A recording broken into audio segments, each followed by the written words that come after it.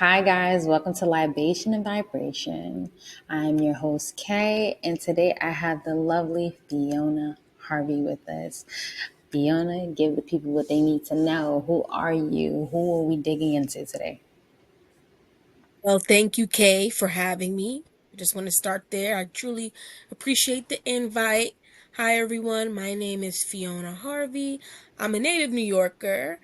And who am I? I'm a writer, a public speaker. I am an advocate for public health and wellness and an advocate for self care. And I'm really happy to be here today. Well, we're happy to have you. So, the big thing about Fiona, the reason why I found Fiona was Instagram.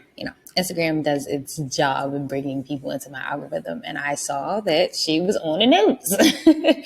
She was on the news, strutting her stuff and her fashion, just looking mighty well. But you were so well spoken while up there and you look like you belong there. So then I did a deep dive and I'm like, oh, she's a public speaker. Oh, she is a wellness advocate. So that's why I decided to bring you along because I feel like your insight into everyday wellness, but also being able to share your story will be an inspiration to others to understand that they too can be who they need to be and show up for themselves. So let's dive in. What got you? First of all, how did you even get on the show? How did you even get on the news? Like, why was you on my TV, girl? Well, there was a call. So everybody knows a little background. I was on the Drew Barrymore show. They were doing a segment on fall fashion. It was New York Fashion Week. And I'm not a fashion girly. I don't know much about it, but I am a fan of dopamine dressing. And Mm, pretty much what that is, it's dressing up to look the way you want to feel. mm, So you're putting on colors that you love. You may be putting on certain items that make you feel good. And it's a way to train the mind when you're going through a difficult time. And it makes sense because when you're feeling down, you may just want to wear PJs all day.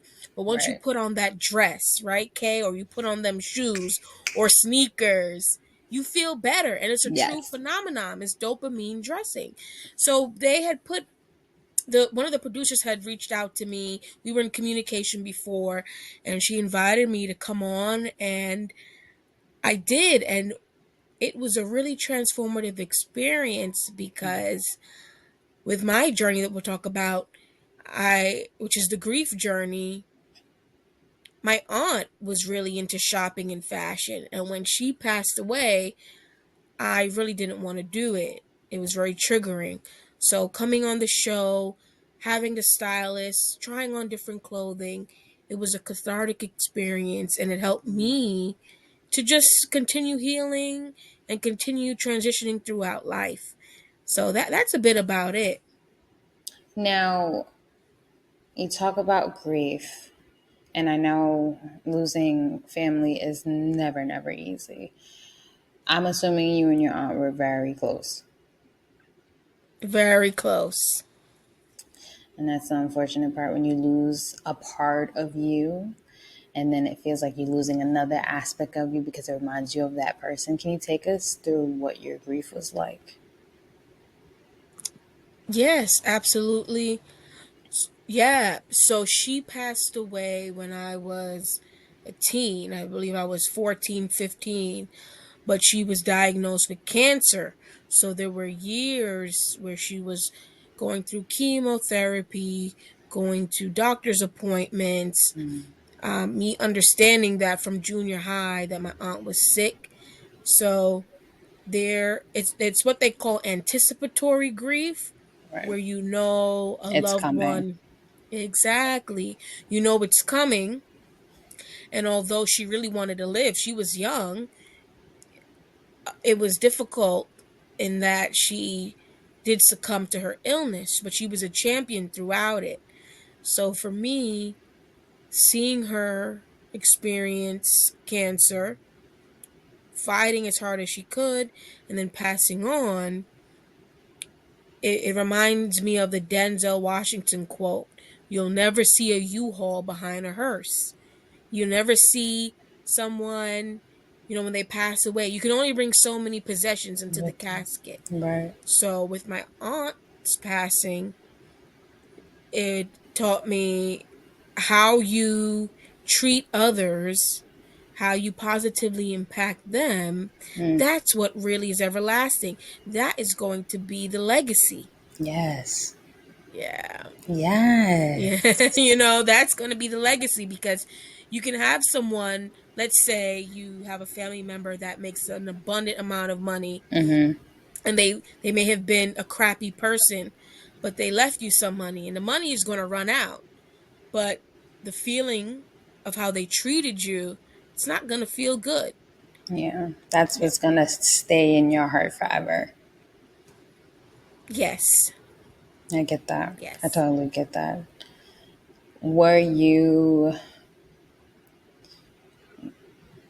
Now, grief is something that a lot of people don't like to talk about, like myself. I feel like when you lose somebody that you're very close with, it makes moving on from life a little bit harder because it makes you feel like you're, in a sense, forgetting that person. Did you feel like that in any type of way?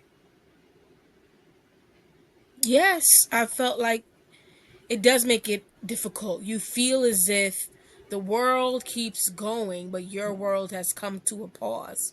Right. Everybody's going to work, people are celebrating birthdays, celebrating anniversaries, but your world has stopped. And then you have responsibilities on top of it. So when my aunt passed away, I still had to go to school. I still had to try to maintain good grades. You still have to continue on with life. Yeah. And that's the challenge. But then you learn, I always say, the grief doesn't go away because the love doesn't go away. But you kind of say, all right, I have to manage this grief. And I have to welcome it when it comes in and say, hi, grief, you're here. And at times, you won't feel it as much, but it's there. Yeah. How do you feel like you honor your aunt? So for me, I honor her legacy with the warmth that I treat every person that I meet. she We would do errands together. She would take me grocery shopping with her, and she knew everyone in there, from the men who stocked the produce to the women and the men who put the cans on the shelves. I remember as a little girl, she would want meat and certain fruits, Mm. and they would go to the back and get her fresher items. Yeah. She was that lady. Yeah, she Yeah. was the plug. People call me the plug now. They're like, Fiona. They're always like, Fiona, how you know everybody? You know this person and that person. It's just treating people with respect, Yep. and that's it. So I definitely get that from her. And at the same time, she was respected in her professional life. She worked in real estate, and the people that she came across, they had a deep respect for her. Mm. So just seeing each person as human, giving them that respect, no matter their title, Right. because you're a human. You could have your title today, it could be gone tomorrow, but who are you at the core? So that's what she taught me. Speak. Yep. Speak. Yep. Now, I know we just became friends, right? Me and Fiona just became friends. Yeah. But as you can see in her background, she got the baby pictures and she got the black and white pictures, which means that you got some Caribbean in your family. Am I right? Yes, Kay. So, which You also too. means I do. I do. Which also means that that's why your aunt was the way she is because she didn't play about her food. My mother is the same way. My grandmother was the same way. Like it was just Yes. you know who you know because you know they're gonna do right by you, so you gotta do right by them. So it makes sense, but I feel like it's the household that we're raised in that we're taught to treat people like people. Like you said, regardless of their title, they're still humans. They're still Hmm. people who deserve the same respect. Why would you treat a janitor like crap just because you a CEO? That person still helps you out at the end of the day. So I totally understand that. I totally understand that. And, it's great that you're honoring her in that way and you're not letting go of it. And I feel like that is something that we have to continue to bring into these newer generations is that humanity needs to be, the faith of humanity needs to be restored and it has to stay like Mm. that. Because if not, then we won't. And I would love to raise kids in a world where my kid is treating the butcher, the produce guy, the lady at the supermarket, the cash register, the same way I treated her at their age or the years before that. So I totally understand that. Yep, it's important. It is like it's very important, and it's like people don't talk about. They just talk about like how crazy this generation is, right? Like they got access to things that we didn't have access to, and it's like yeah, but they because of that they're limited.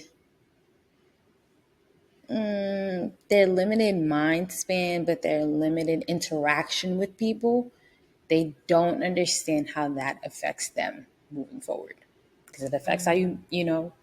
hold a job. It affects how you come across different opportunities, networking, and blessings. It affects everything that you do. So it's like, can we teach our children this a little bit more, please?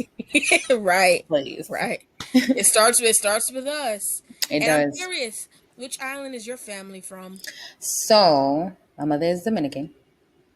Okay. My mother is a full blown plátano. And my biological father is Honduran. And then I have my dad who is Jamaican. So I am a Okay. straight Caribbean household. Yeah, that's straight. And both cultures are strong personalities. Very strong I personalities. used to go to DR as a little girl. My uncle, he's from Suriname, but he lived in DR for 8 years. So So he I he love it. still Very holds strong he personalities. brings that with him everywhere he goes, I promise you. Yeah.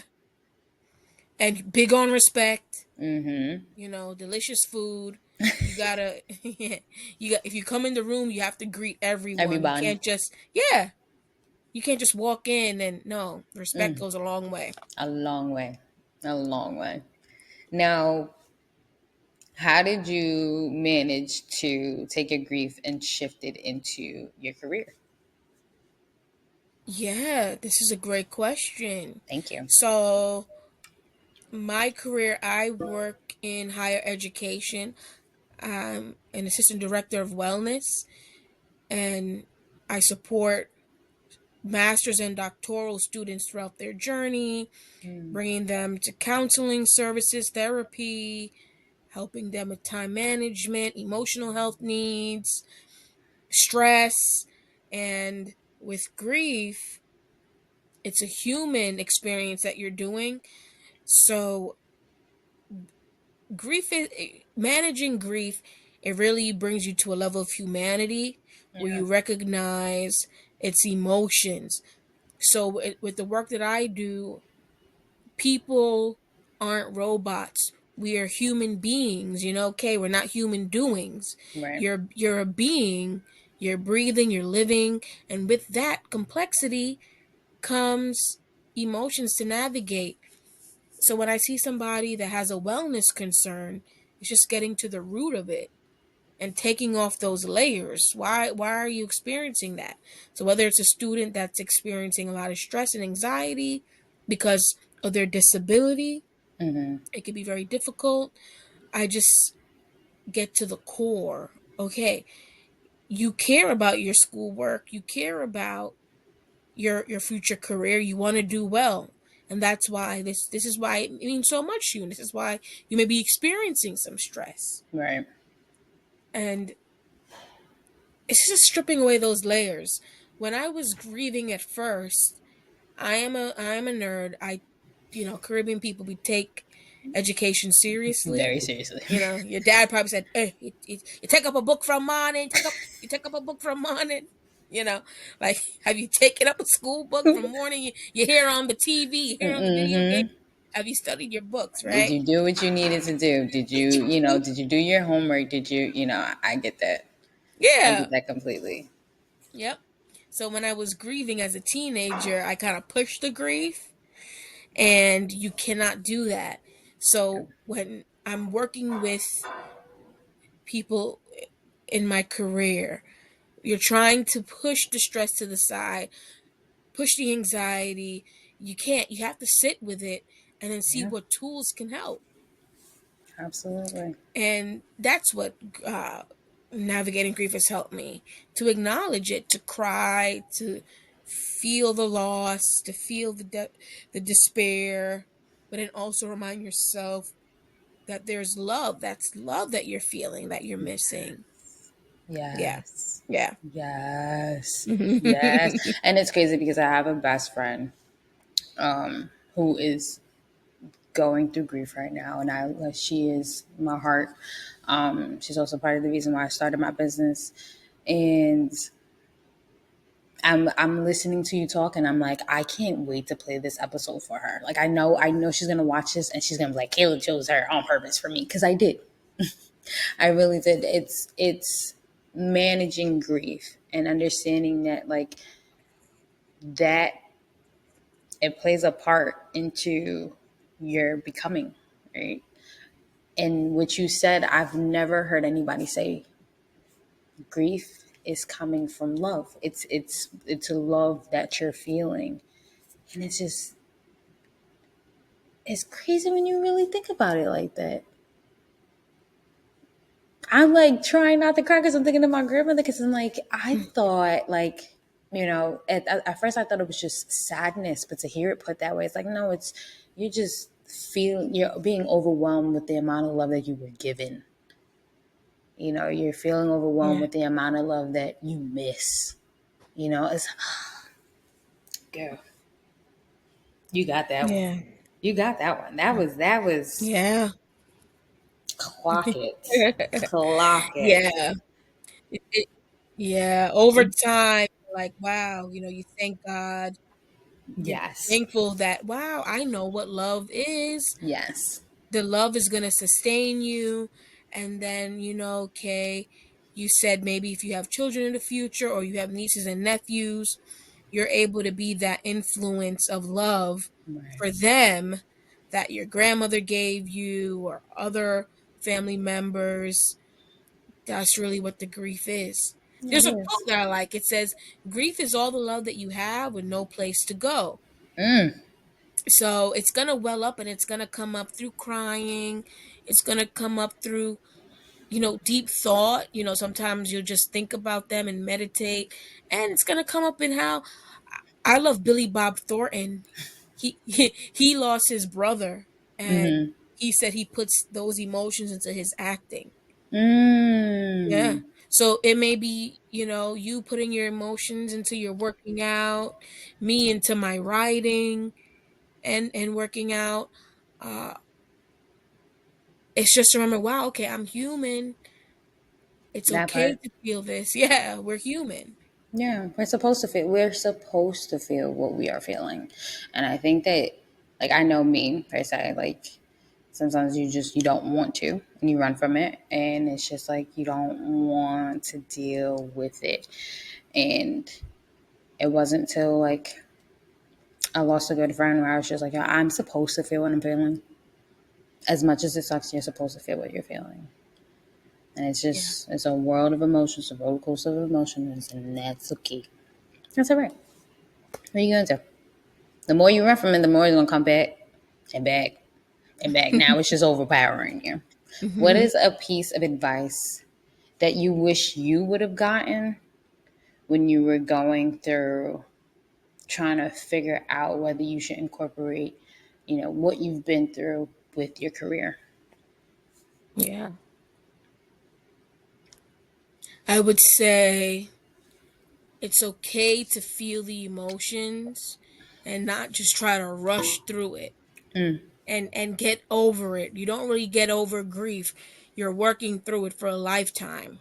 And it's a lifetime journey, and the quicker you realize that, the better it's you're able to navigate life. Yeah.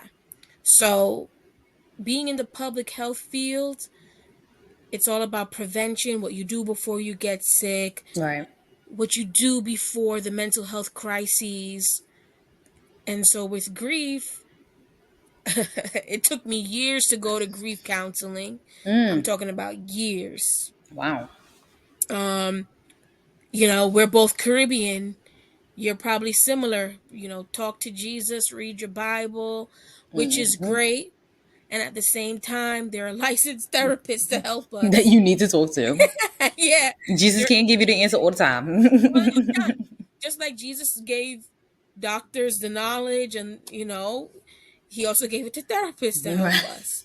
And so I had to realize that, like, okay, you need therapy, you need grief counseling. So I encourage anyone who's struggling to go to grief counseling and then try to get into therapy. Yeah, Yeah. I agree. I think Yeah. that some people avoid So it. just how you can prepare yourself. It's just like when you have a fitness goal. You want to lose this amount of weight, or you want to put on this amount of muscle. What are you doing? It's the same thing with wellness and grief. What can I do ahead of time for when things get rocky? Yeah. I like that. Yeah. Now, what people don't know, because she didn't even speak on it, you guys. What people don't know is that you are actually a fitness instructor yourself. Yeah, I was bringing it up. Yeah. But I always say I've lived many lives. So I've taught Zumba and also something called trap aerobics for a couple of years. And I grew up dancing, doing tap, jazz, ballet. So teaching Zumba, teaching trap aerobics, it's a lot of fun for me. And I do want to get back to that fitness aspect. So when I followed Kay and some other trainers, I said, well, who is someone who takes their craft seriously but has a level of empathy and inspiration? And that's why I really love Kay's platform. It's simple to digest, but it's very profound. You show your day to day, you make it so digestible where it's like, wow, I can try that. You know, this is something that I can give a shot. Right. And when I used to teach classes, I'm a short person. I have a curvier build, and it was important that inclusion, where someone who looks like me, they can keep up. Right. I'm a little muscular. I'm a different kind of build. My co-instructor, she's 5'9", a little leaner and slimmer. All different types of bodies can move, and that's important to see. All different skin tones, Yes. representation matters. You know, when you see someone that looks similar to you, you're like, oh, I can do this. Yeah, it makes you feel good. It makes you feel It makes you like feel good. it's more encouraging. It's more Definitely. encouraging to say, okay, I can conquer this. If you can conquer this, I can conquer this. And I think that's one thing that I try my best to do is to like share that with others. Is that like, okay, yes, I started off differently than everybody else, but like I've been through my trials and tribulations. I've been through those moments where it's just like I've hit rock bottom and how am I getting back up? Like every other person. But I'm going to show you the real side of me Mhm. versus, like this fake version of me that, I only want you to see because I want to seem perfect. No, no, no, no, no. That's not me. That's not realistic. If I give you this image of me, then you're going to expect me to always be like this. And that's being a fake version of myself. And I'm not going to do that. I can't do it. Yeah. Because if you meet me in person and you're like, why wasn't she like that?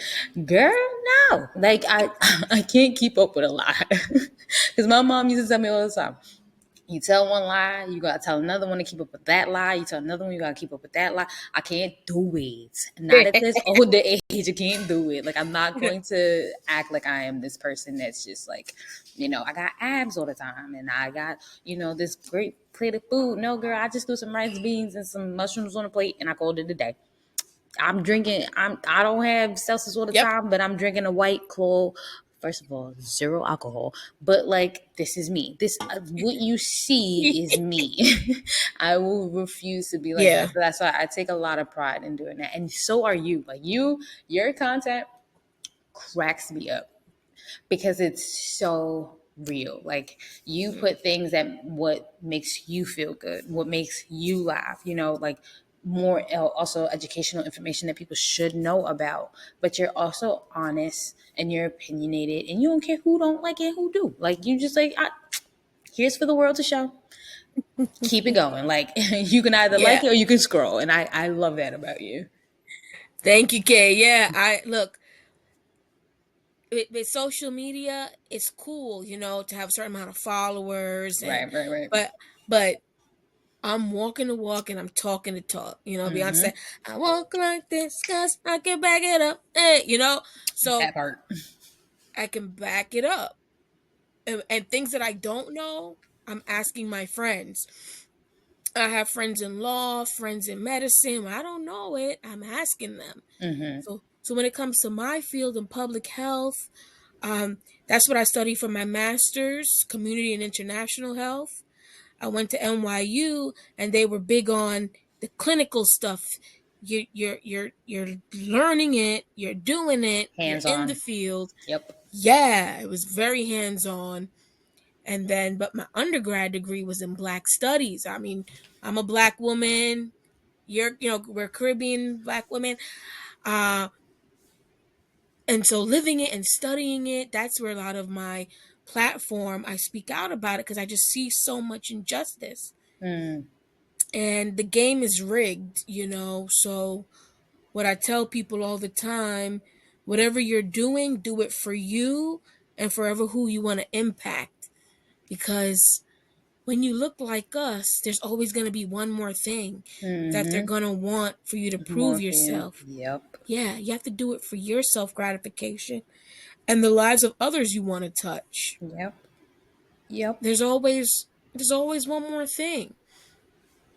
Do you find it hard to like?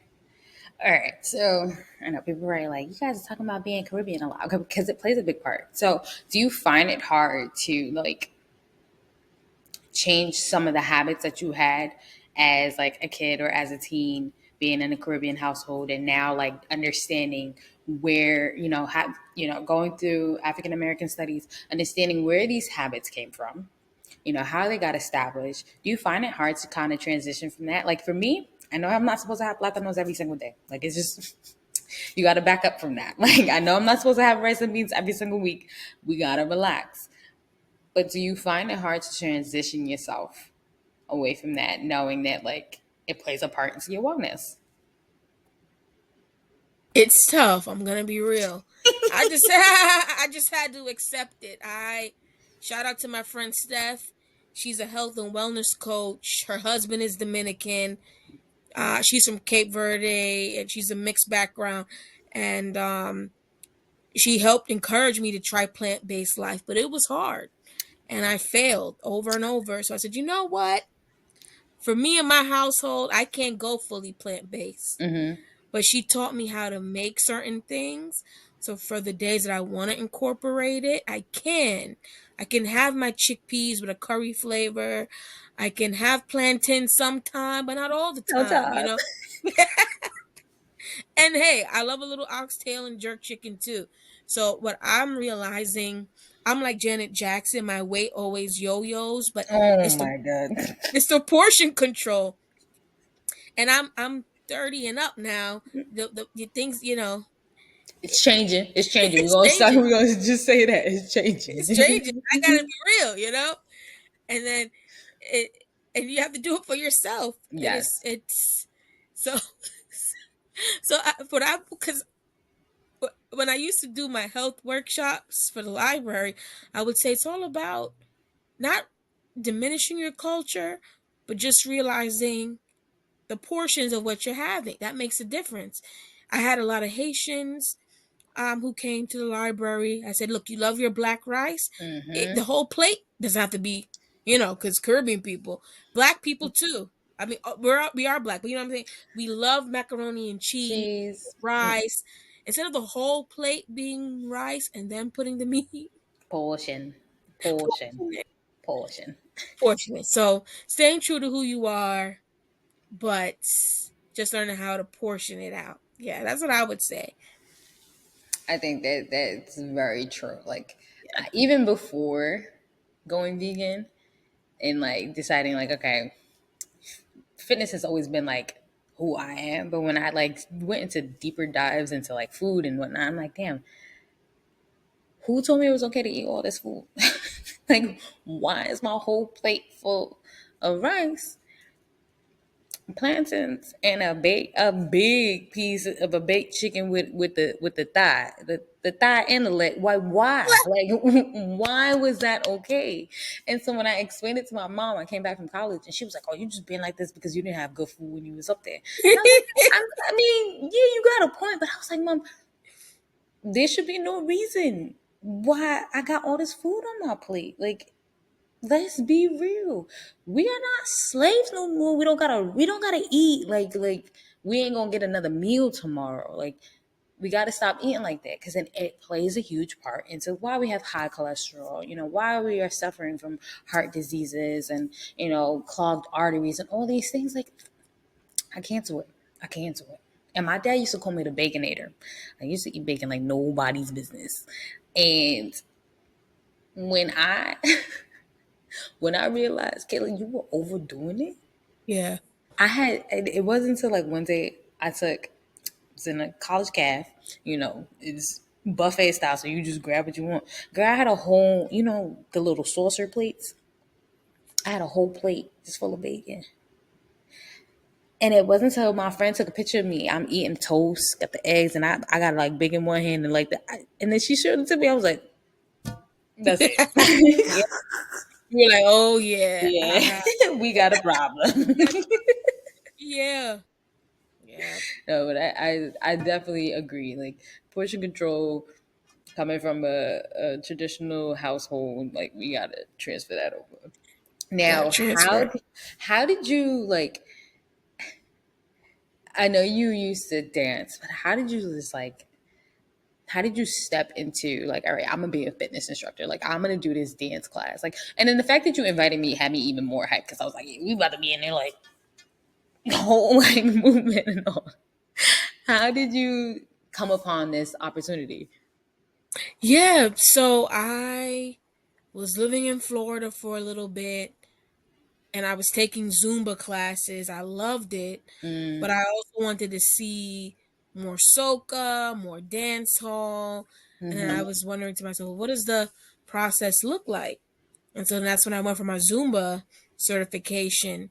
And then when I started that, and I moved back to New York, one of my childhood friends, Siobhan, she did her aerobic instructor certification, and we were like, well, why we could probably blend this, and that's really how it came about. Just a love Mm, of coming back to our community, making it accessible, so the right. classes weren't super expensive. We were doing it in Queens and Manhattan, and we were both navigating different life changes. Mm, Yeah. I was finishing up grad school. She was going through her own personal situations, and that's how we kind of bridged it. And although we don't teach anymore, we're kind of working on different projects. It was great because the representation was needed. right. And like even now, you see how people just want an outlet, and that's what it provided.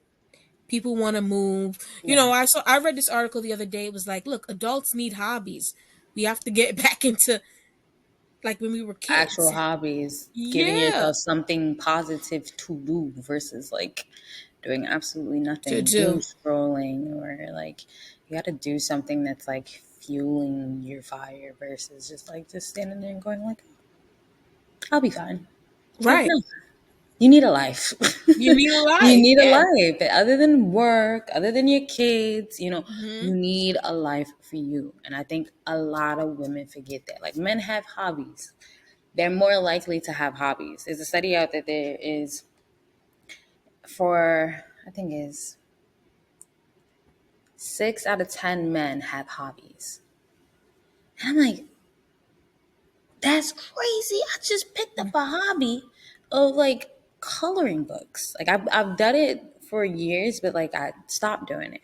I'm picking up a small hobby of like 30 minutes out every 2 days to color a book.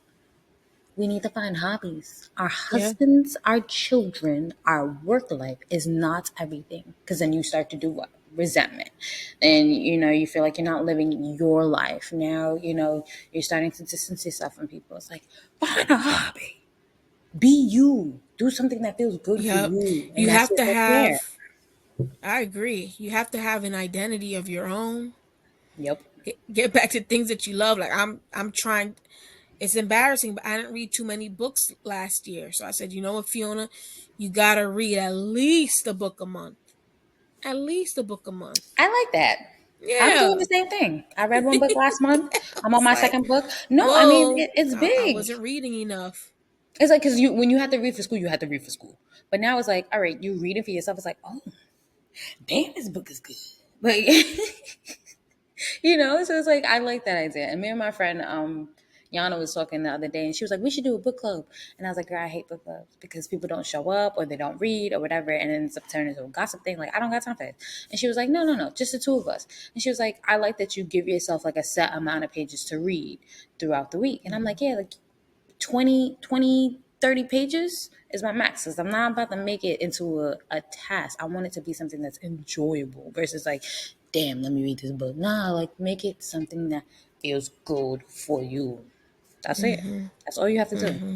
Now, what is a piece of advice that you wish you would have gave yourself at, let's say, 21?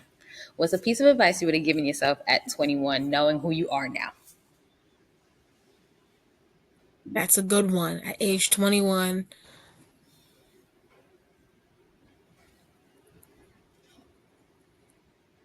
it's actually what one of my professors, shout out to one of my professors, Dr. Beth McCoy. She was like, you just have to keep aiming and know that you're never going to have it all figured out. Mm, We're always going to keep growing and reaching another level, and we're always going to keep learning.